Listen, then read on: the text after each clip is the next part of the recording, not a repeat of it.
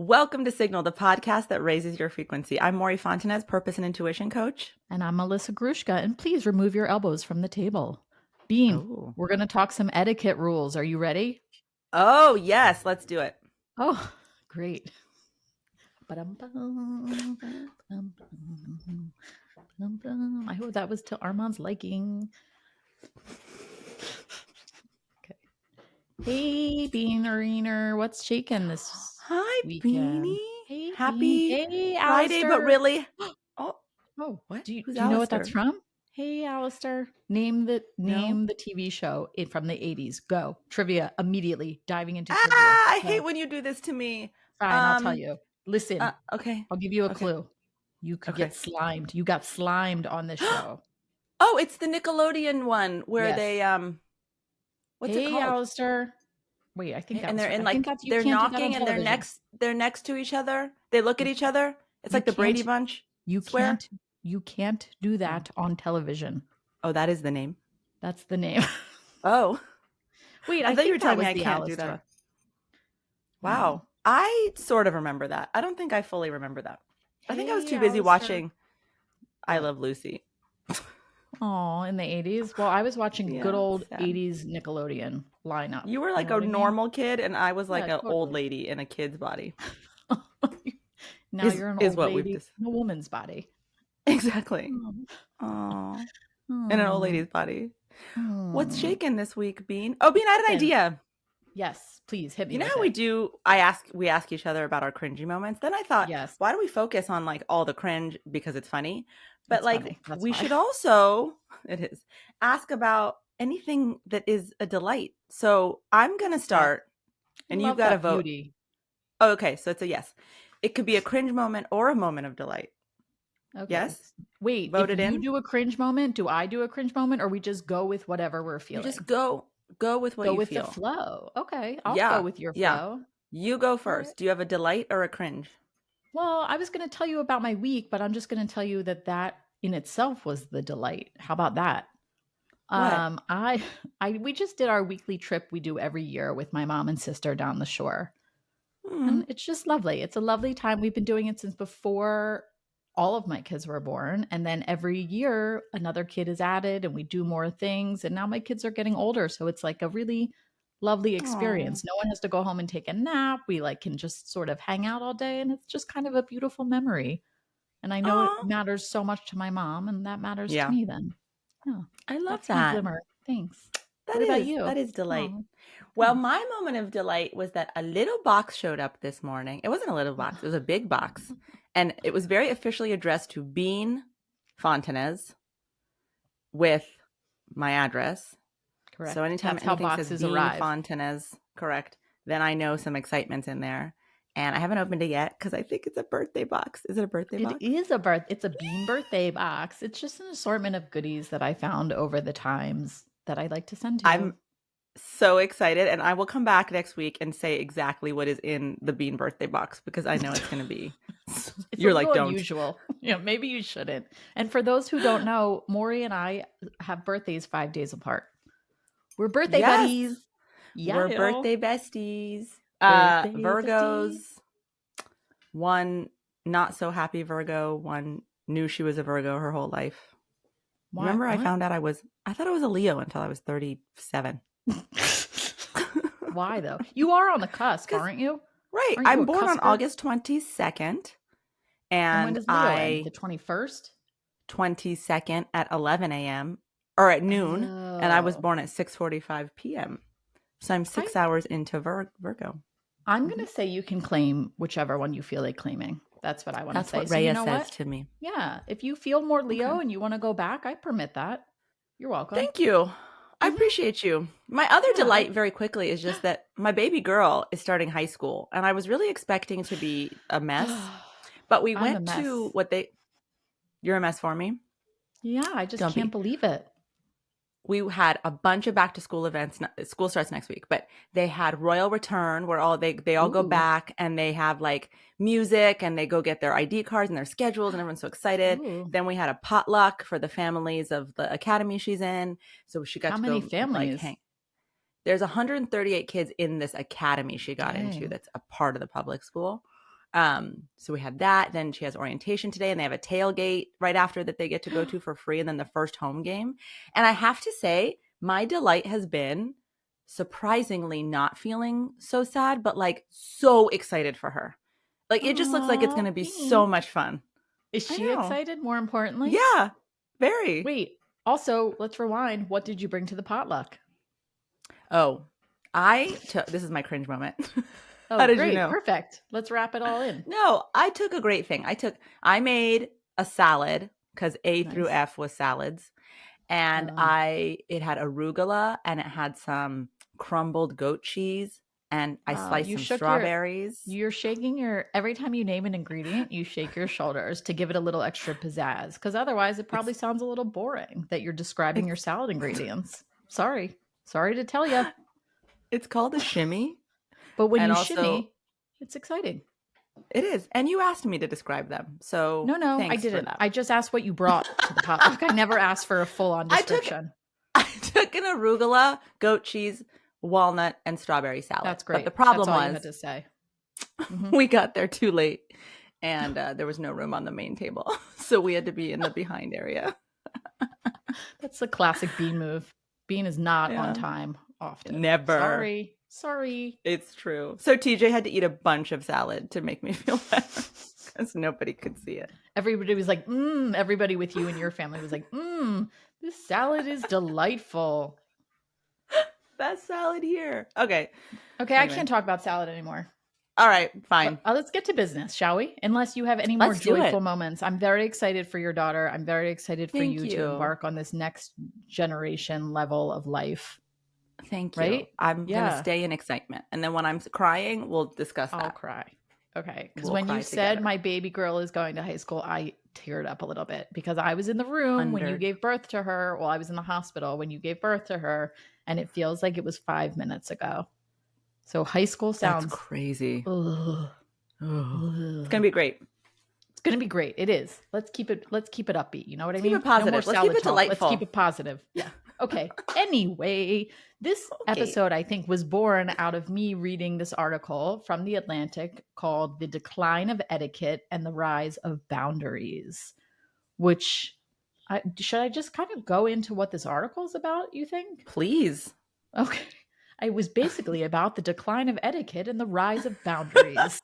Good summary. No, really, a real quick summary was the beginning of it was kind of discussing more of the etiquette of the 50s, like what children should come to the dinner table wearing and what topics were supposed to be discussed, and how as time has gone on, we've evolved in some ways that are positive, but there seems to be a lot of confusion now about what's appropriate and what's not appropriate. And boundaries are kind of self-made. So there is no universal rule anymore about what's appropriate and what's not. And it's leading to a lot of, I think, anger and confusion among people, and nobody can have proper conversations anymore. And then coincidentally, while I was reading this, I saw another article in The Atlantic called How America Got Mean. And I thought it all just tied together pretty nicely, and that we should sort of talk about it. And I was really curious, how does the etiquette come to be in the first place? Even in the 50s, who decided this? Who wrote these laws that your elbows can't be on the table and you can't talk about sexuality or mental illness at the table? And then who decided it was time to change and what the new rules were? And I just was hoping perhaps you might have a little background over there. You wanted a history lesson from your I do. Nerdy do you bean? Happen to know? Yes, please, nerdy I bean. happen to have. I read the articles because you told me to. And I'm the boss here. I have my own opinion. I actually think that the etiquette article, who's that by? David Brooks. Is that right? Oh, no. I lied. The Decline of Etiquette and the Rise of Boundaries was written by no other than Sir Michael Walters. Yeah. And the other one was David Brooks. Anyway. So, yeah. So I thought that the two articles were different and similar in lots of ways. So maybe we can talk about them. The article on etiquette, for me, really was about how when there was such a code around etiquette in the 50s and 60s, You also knew what was appropriate to ask and what Right. was appropriate to share.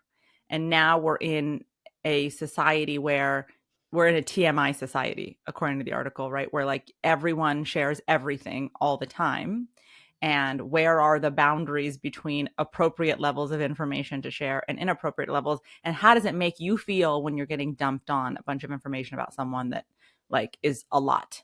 And where did etiquette kind of help us understand when to stop talking?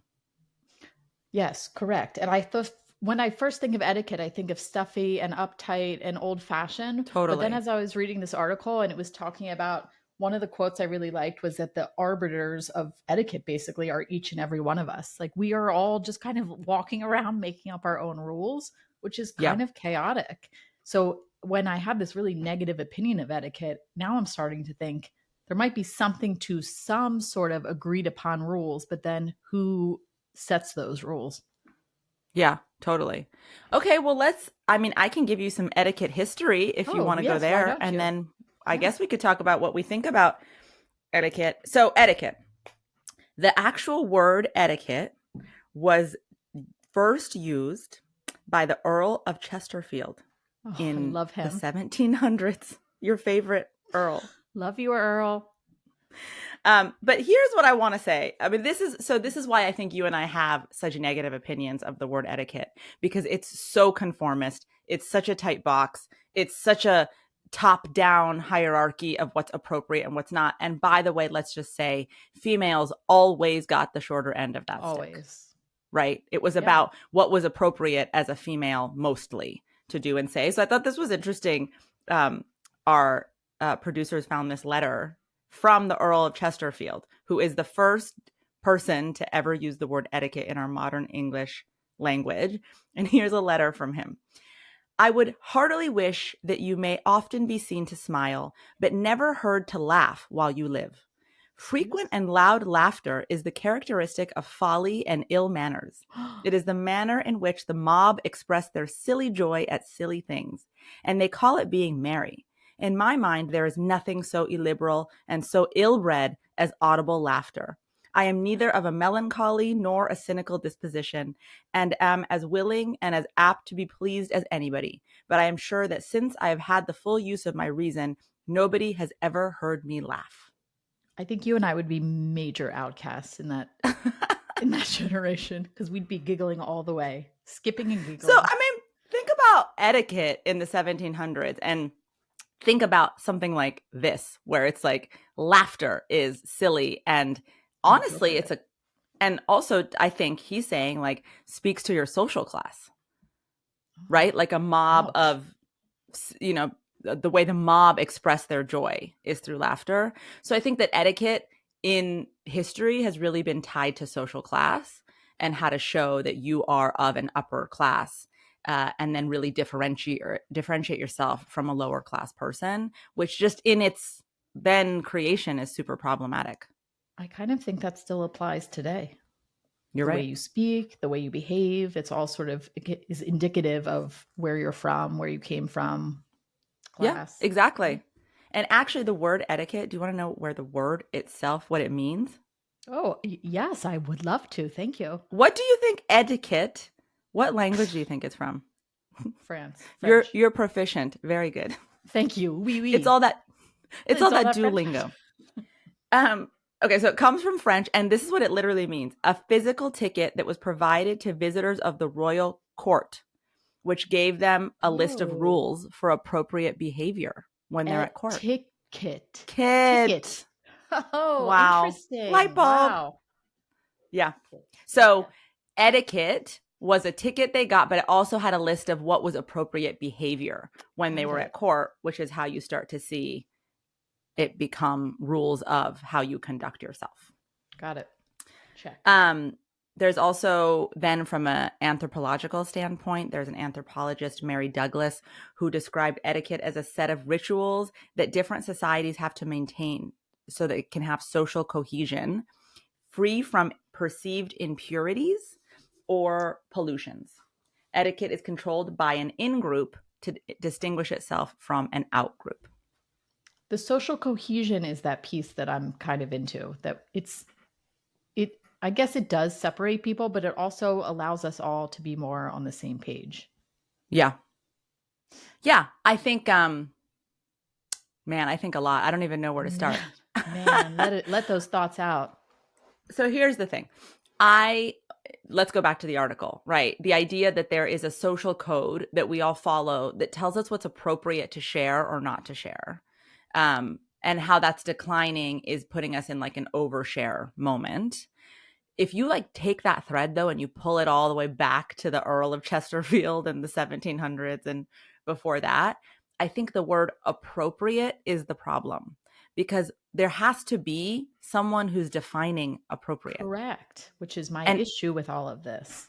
Yeah, and those people are the ones in power. So that means then culturally, like I can tell you, coming from an immigrant family, there was a lot of etiquette we didn't understand in the US. Like there's a lot of American etiquette that doesn't match our etiquette. Interesting. Can you give me an example? I'm curious now. I actually think the Persian culture is full of more etiquette. Actually, there's a good example of that. We do something called taruf. You know what this is, Bean? I do not. Okay. So taruf is when someone offers you something. Let's say you're sitting at their house for a dinner party and they come around with an appetizer platter and they offer you whatever's on that platter and you want it. You're supposed to say no first. Then they ask you again. You say Always? No again. Yep. Then the third time they ask you, you can say okay. Every single person has to do this? Yes. I mean, it would take like 7 hours to eat dinner. Is that what happens? Exactly. We do a lot of it. And like, I still find myself doing it with my elder family members. That's the other thing. Like, yeah, it is like if you trace Tarov back, it is distinguishing in hierarchy too. Like it's supposed to show that, you know, a higher person in age or wisdom or class is offering something and the lower person has to decline out of respect for them, to show their respect for them. And then, you know, finally, once they're convinced, they can say yes. So I guess what I'm saying is it was a little reversed. I remember my mom thinking that my American friends were really rude. By being like, sure, I'll eat that. Correct. I'm thinking the opposite in Judaism. Like, we just want everybody to eat all the time. So if you say no, we're going to like shove it down your throat because we need you to be eating at all times. A little nosh. Exactly. So this is where I think, like, this is where this article is a little like clearly written by a white person who doesn't understand that there's etiquette in different cultures. And so like when you live in a melting pot like the United States, there is a need for the tightness of that etiquette boundary to become looser because there's so many different cultures coexisting here and all bringing their etiquette into this country and needing to, you know, be able to respect each other's culture and ways. And I think assuming that there's one standardized way means that the way that a white American person would do it is the right way. And if we're not doing it that way, then we're moving away from etiquette.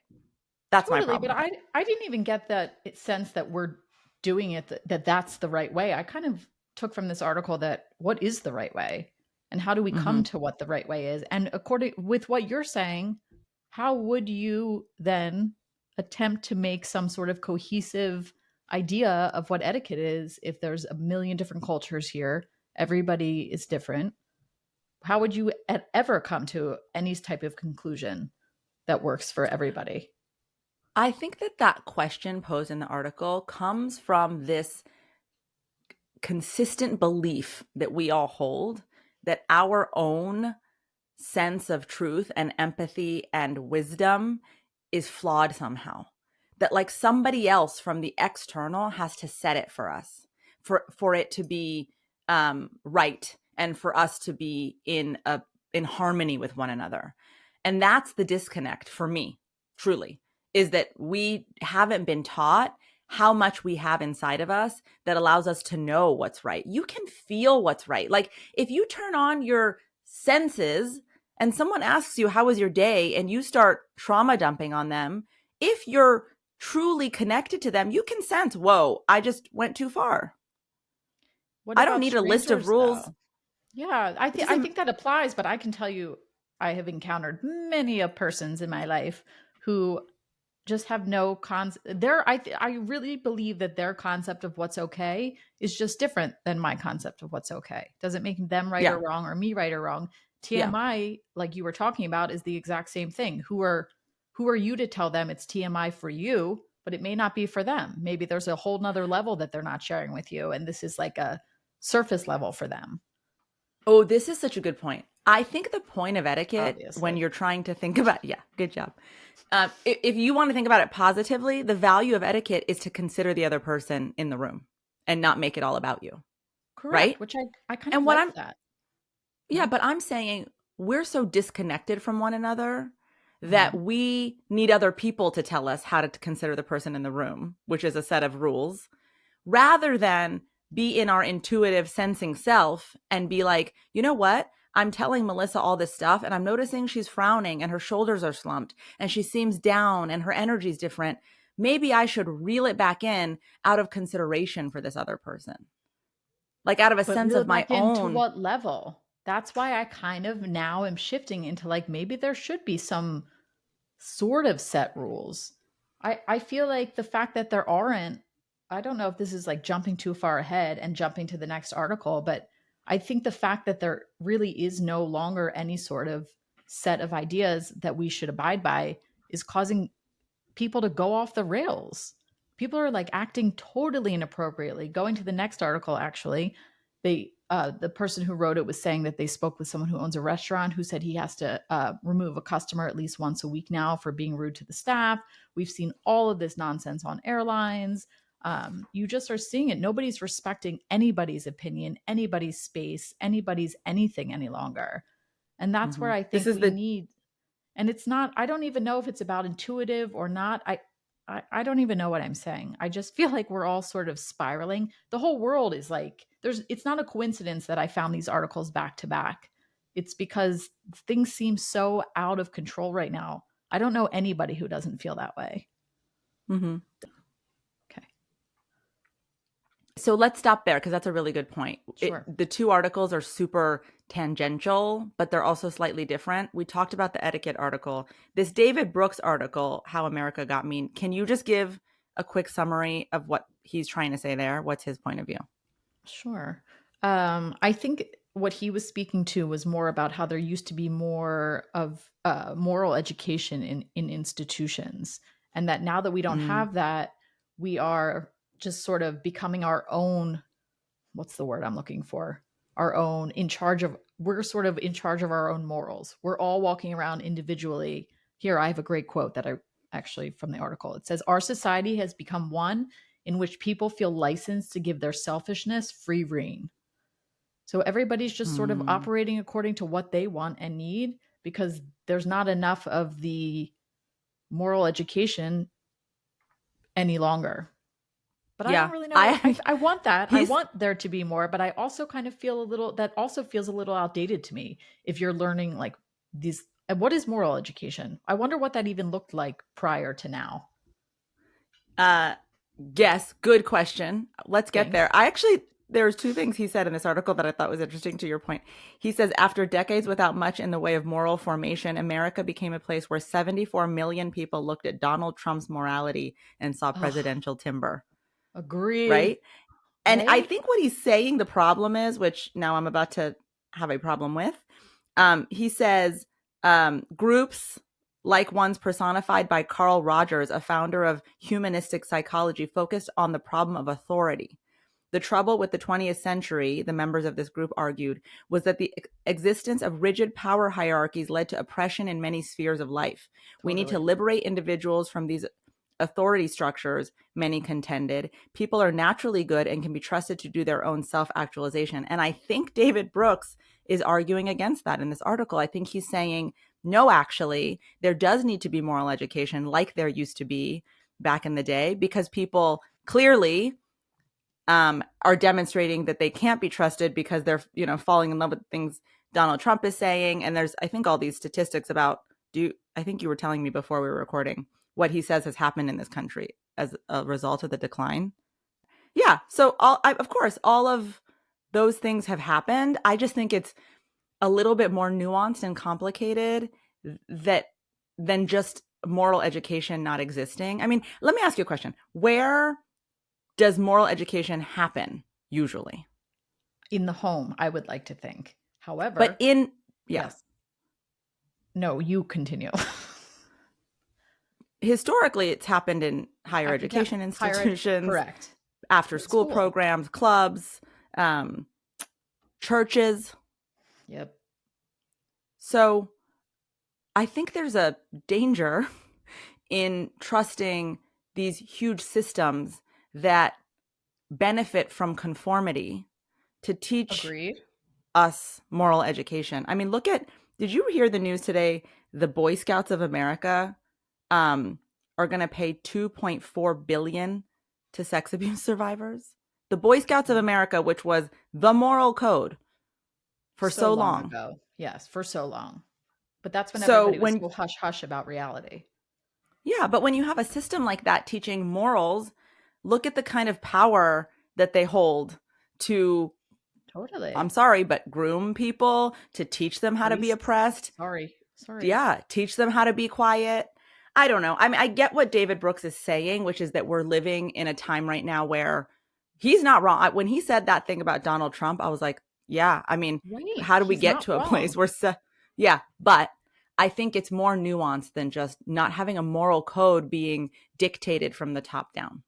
But honestly, as much as I love to talk about how much I hate Donald Trump, it's politics aside. I just read to you all of those other stats. Like, what is happening here? People are losing any sense of any personal moral code. Or maybe that's what I'm curious. Is everybody innately so kind and they're just not in touch with it? Or are there some bad seeds out there? I believe that what's happening here is that this long campaign to convince us humans that we are separate because of the way that we look and because of the way that we live and because of who we are, that we are separate from one another. This campaign is working, and we believe we are separate. We believe that someone's life is less valuable than our own. We have been filled with fear because the campaign of fear as a way to oppress is working. And people believe in the fear rather than in the connection, in the humanity, in the love. I think if we existed in a society where news wasn't just constant bad news and really showed you the tender side of humanity, if we existed in a society where capitalism wasn't teaching you that you weren't enough, so you needed to buy this skin cream, but actually was incentivized to tell you how brilliant and wonderful you are to buy the skin cream, if we lived in a society where higher education didn't tell us we had to open a textbook and read words of people from 200 years ago to understand the difference between right and wrong, but that we had that wisdom within us, if all of that was cultivated in our society, then people would inherently be able to touch this goodness within them rather than the part that is fearful and sees itself as separate from the person standing next to them. That's what I think. I love that. I think that's a beautiful vision. I think that's all puppies and rainbows, but I that's not reality right now. And now what do we do? Because look at what is happening. And to shift from where we are to a place like that, I think will either never happen or will take trillions of years to get there. And what do we do with where we are right now? What is your opinion? So you're saying that the answer, well, I'm telling you my opinion, actually. I don't have I think it's going to take, I think it's going to take time, but I'm telling you that is the awakening, that fear is not the answer, that us being taught to fear, us being taught not to check in with ourselves. Like, I love you, but you just called my entire method puppies and rainbows, by the way. It's not your entire method. I'm just saying, no, it is my entire method. My entire method is you've been indoctrinated to believe that you are separate from the person next to you, that you are not wise, that you have to follow a set of rules to be valuable. I'm telling you, that's why I think all of that list of shit you read is happening. And I think the idea that it's because we're missing a moral code that's devised by people in power, right, is too simple an answer. Like if we think all of a sudden now we're going to start teaching moral education again from a place of hierarchy, all we're doing is hitting that point of shame each human has that we're not enough and deciding, yeah, it's true, I need someone else to tell me how to behave because I am not enough.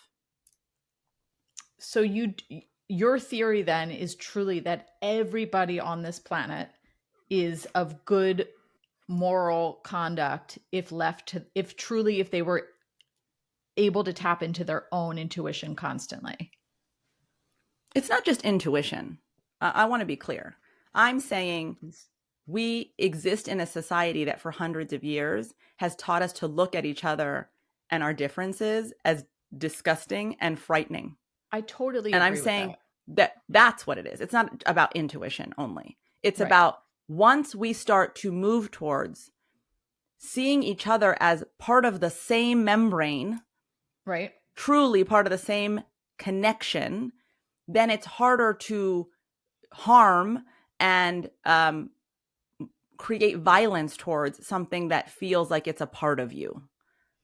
I'm saying the answer is not from the top of the mountain some power structure telling us, here are your 7 moral codes. 100% agree. But I do think there is some middle ground here. Like, I don't believe personally that everybody on the planet can be trusted to monitor themselves well, even if we had that type of, what's the word I'm looking for? I'm losing all my language. If we lived in a society where people could truly rely on themselves to behave properly, I still believe there would be bad apples. Is that just a pessimistic view? Right. So how do you control these bad apples? How do we get them in line? I don't know. I mean, now we're going to get super meta because if you're going to talk about bad apples, then for me, bad is a problem. That word is a problem. What does that mean? What were they disconnected from? Then it's about rehabilitation. It's not about putting them in a category of bad and deciding they're disposable, but it's about, okay, where did the disconnect happen in you from yourself and from others and from love? And how do we rehabilitate you towards that place? And then reintegrate you into society. But I don't think this is about just bad apples. I think this article is about a lot of people living in their own quote unquote truth. And right? Like, I think this is 100%. Him saying people are selfish. This was like a tangent, me going off of my bad apples and going off of you saying if we could all, be able to self-monitor in an appropriate way. That's where I was going off of that and thinking, like, I still believe there would be trouble. I don't know what the right answer is. I just know that right now feels extremely uneasy everywhere. Yeah. I'm not really sure, Armand, where to go from here. When is etiquette supportive versus unsupportive?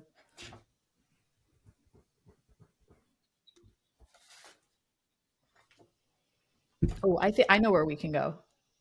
How about the wait, let's let Armand finish his sentence. Sorry, go.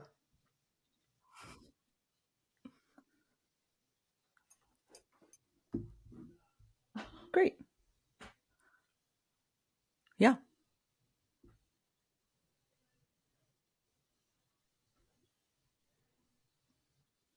Now what? I think I have an idea. I think we can go right now to I can ask you, even though it has you on here, is how do you do what is best for you without harming others?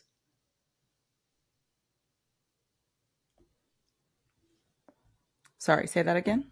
Since we're talking about all of this, like, that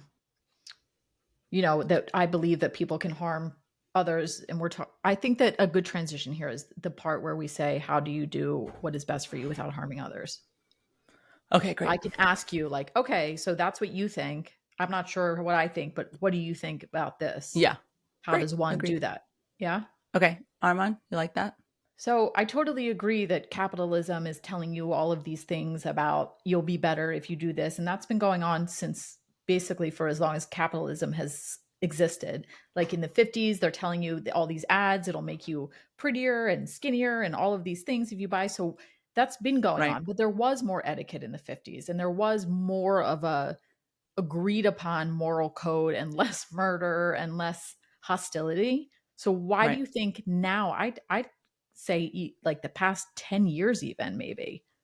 Yeah. Why now? Why have things deteriorated at such a rapid rate? Yeah, it's such a good question. I mean, there's two answers that come to mind. One is that we live in a world that has access to more. It's true. And if you want to hate, then you're going to find a group of people that are going to like really help you hate another group of people online. We have access to weapons in a way we never had before. We have access to all kinds of things that I think take this seedling of shame that we all hold and allow us to like turn it into hatred and anger towards other people and like find groups that agree with us and validate the hatred. There's this article, this is the second thought, that was in our notes that the producers put together that just came to mind too. It's this article published in this magazine, I think, called Nature. And I loved this because I say this all the time. Basically, it talks about how people from every era have claimed that their collective morality is declining because of the era coming up, the generation coming up behind them. Oh my God, I totally agree. Right? Like, think about how the silent generation in the 60s and 70s was like, these boomers are doing the most out on the streets, protesting Vietnam. Like, we're supposed to follow what our government says. Our government knows best. How dare you be out, right? So think about that. Then the boomers and the way they felt about Gen X, and then the way Gen X used to talk when I was in the working world in the beginning, like the way they would talk about millennials, which we fall into, was that we were so entitled and we spoke up too much. And then now think about how people talk about Gen Z. So there is this idea that everything's falling apart because of the generation coming up that I think just keeps repeating itself. Which I do agree, but it does feel particularly heavy now. And I did just think of something when I was saying the thing about 10 years plus. I didn't just come up with this, it was referenced in the article, but it's not a coincidence, in my opinion, that as much as it can be beneficial, social media, which has really risen tremendously, I mean, exponentially in the last 10 years, has given a bunch of people platforms and has spread information like wildfire and a lot of hateful, negative, scary information that we didn't have. Even, I mean, you and I are pretty new to social media. We didn't really grow up with social media. So that is why I think that the generation below us who only lives in that type of world, I don't want to say it because it's our children. But I worry. You're right. Yeah. I mean, not to mention the way that then those who want to take advantage can use social media and the algorithms of social media to then just keep showing hateful messages more and more to a group that, I mean, there was that whole thing that came out about the Russians and the way they were using Facebook to mess with our elections, which is news, not conspiracy theory. That way they were finding, just to be clear, finding ways to, in the algorithm, like find a group of people that might have an interest in this or that, and then continuously show them all of this hateful, nasty stuff about people of color, about gay and lesbian, LGBTQIA, about all of this stuff, like really drum up this separation and hatred by using data and algorithms to do that. So, and the I think that's why we're where we're at. Are silencing voices that need to be heard. Right. Exactly. So that's the answer. That's why we're here now. That's social media. I was like, and then the algorithms. You're like, yeah, I just said that. Okay, so then where do we go from here? How can we, even as individuals, do what's best for us? I want some very pretty happy medium for us. Like, I want people to be able to do some level of self-monitoring and do what works for them and set these healthy boundaries. But I want it to be done without harming others. Is there a way that we can both be ourselves and bring ourselves to the table all of the time and not be rude and kill people and offend people? And I would like to get back to a little more open-mindedness in life, even for myself personally. Yeah. Beautiful. I mean, I think first of all, I just want to say the idea that the 50s and 60s wasn't full of violence is no, not full of violence. But even I'm good. Don't make me reference those stats again, man. You hear what's I know, but I also think what's missing in there is like the kind of violence that happens when you have a society that's segregated. The kind of violence that happens when you can't drink out of a water fountain because of the color of your skin. Agreed. The kind of violence that happens when you have to go to a separate school on the other side of that. So anyway, that aside, to answer your puppies and rainbows back then either. I'm just saying. Back to the controversial puppies and rainbows. Who says puppies and rainbows going to end our friendship? I happen to love puppies and rainbows, for the record. Okay, good.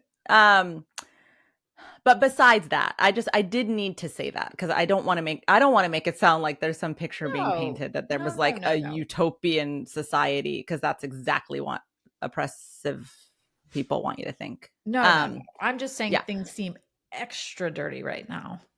Yeah. Like I like my martinis. Oh. Okay. I You think know there is, what? I'm listen, I losing it. think this, I think this idea that you can't have both is a scarcity mindset we've been trained that we have to pick from. Like, I think we've been trained to believe either I succeed or someone else succeeds. That's actually part of a system that wants you to not be in touch with your truth and your purpose so you can work for it. So, one, I think just rejecting that it has to be an or and deciding that it can be an and opens up a whole new conversation, which is, how do I be in my truth? And this is what you asked, Yes. with my boundaries, and be open to Mindful. and Yeah. accepting and loving and mindful of other people. Yes. And I think that it is about balancing the way we feel about ourselves and keeping Mm. that work to Mm. ourselves. That is a within process, right? Like the Yes. shame I feel when someone shows up and has something I wanted and worked for, the anger I feel towards someone because they're getting an opportunity I didn't get. That's Totally. inner work. That's Yes. inner Agreed. work. So not projecting that externally, but spending the time to do the inner work to get our own needs met, heal our own traumas and limiting beliefs, makes us more open to others because we don't take them so personally. I think That's people want to totally talk accurate. about self-awareness and boundaries, but not do the damn work. They still want to project externally. But I think if you take the time and take all that energy that you project outward and put it inward and do the work on self, you will naturally be more open to others, because you will understand the thing I say all the time, which is that someone else's behavior, ideas, trauma response is never, ever, ever about you. And when you can interact with someone and understand that, all of a sudden you're open to them in a different way, instead of being defensive and trying to insert yourself in their story. And take it personally, which is also something you just said. So I hope you have room on your This, wait list for 7 billion people so we can turn this world around and get back to who we're all meant to be. oh, Oh, yeah. I'm exhausted Oh, now. that was a lot, Bean. I You said felt this was going really to be just like, you were like, read this article. We're just going to talk about etiquette. I had to like so fight for my life on this episode. light and breezy. You were like, you just discounted my entire life's work. Damn You you. were like, everything you said is puppies and rainbows. This is our second fight on the podcast. This is the Tune most. in next week for our third fight.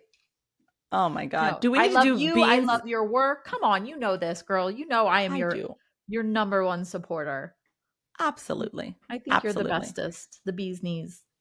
The bee's knees. All right. Well, do you have your Beans famous takeaways, or are we good? We're tired. I'm a little exhausted, and I might have one of those extra dirty martinis I was just referring to. Oh, I love it. All right. Well, Bean, I'm really Yeah. glad you raised this. I think it was a really important conversation. Thank you. So yeah, good Thanks for stuff. your take. Thanks for your hot take.